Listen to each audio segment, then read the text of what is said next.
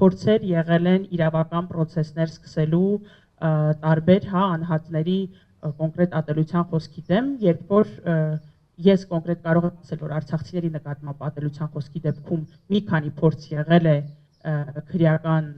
դիմել ենք, այսինքն որ հաղորդում ենք ներկայացրել, որ վարույթ ձեռնարկեն, սակայն մերժվել է։ Ես այդպիսի դեպք, որ վարույթը ընդունվել է եւ ընթացք է տվել, տեղյակ չեմ, ի տարբերություն այլ դեպքերի, երբ որ օրինակ իշխանությունների նկատմամբ է կամ այլ մարդկանց նկատմամբ է ատելության խոսք, գիտենք, որ այս դեպքում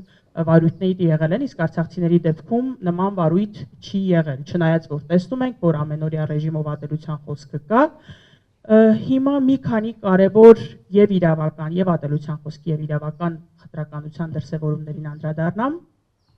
Պարոն Ստեփանյանը շատ ճիշտ նշեց, ես էլ էի մոտ առանձնացրել, որ ոչ միայն կա ատելության խոսք, այլ նաև կա ատելության խոսույթ։ Այսինքն մենք տեսնում ենք հիմնական նարատիվները, դա անշնորհակալ լինելու, թողնել փախնելու, մեր տղաները զոհվել են, դուք փախել եք եւ այլն, ջուր չտալու, այո, շնորհակալություն, մի բաժակ զինվորներին մի բաժակ ջուր չտալու, Հայաստանը չսիրելու եւ այլն, եւ միշտ կարող ենք զուգահեռ անցկացնել եւ տեսնել, որ այդ խոսույթը համակարգված առաջ է տարվում կամ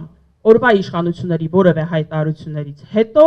կամ նախորդում է նման հայտարարություններին, այսինքն երբ որ հակաարցախյան որևէ հայտարարություն է պատրաստվում, դրան կամ նախորդում է նման խոսույթը կամ երբ որ որևէ միջադեպ է լինում, որտեղ հակաարցախյան խոսույթով են հանդես գալիս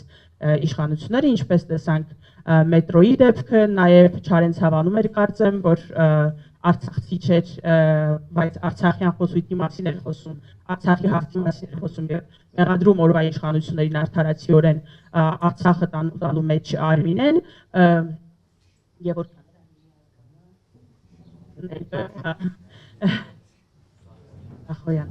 Եվ նա էլ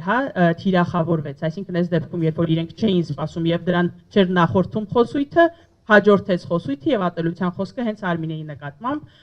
մյուս Արմինեի դեպքն էլ գիտենք մետրոյի, որ էլի այդ խոսույթը, այսինքն չէին կանխատեսում, որ նման իրավիճակ կլինի եւ նման իրավիճակում իրենք, որ քարոզչական խոսքի վարպետներ են, տանուլ կտան նման իրավիճակում եւ դրան հաջորդեց արդեն Արմինեի նկատմամբ թիրախավորված ատելություն եւ կեղծ խոսքի վերագրում, որ թքած ունեմ քարտեզի վրա, ներողություն եմ խնդրում ես իրենց խոսույթները կրկնելու համար, չի սիրում Հայաստանը եւ այլն, այնինչ Արմինեի խոսքից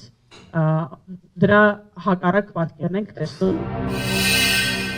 Բաժանորդագրվեք Արմադ մեդիայի ալիքներին YouTube-ում, Facebook-ում, Instagram-ում եւ Telegram-ում։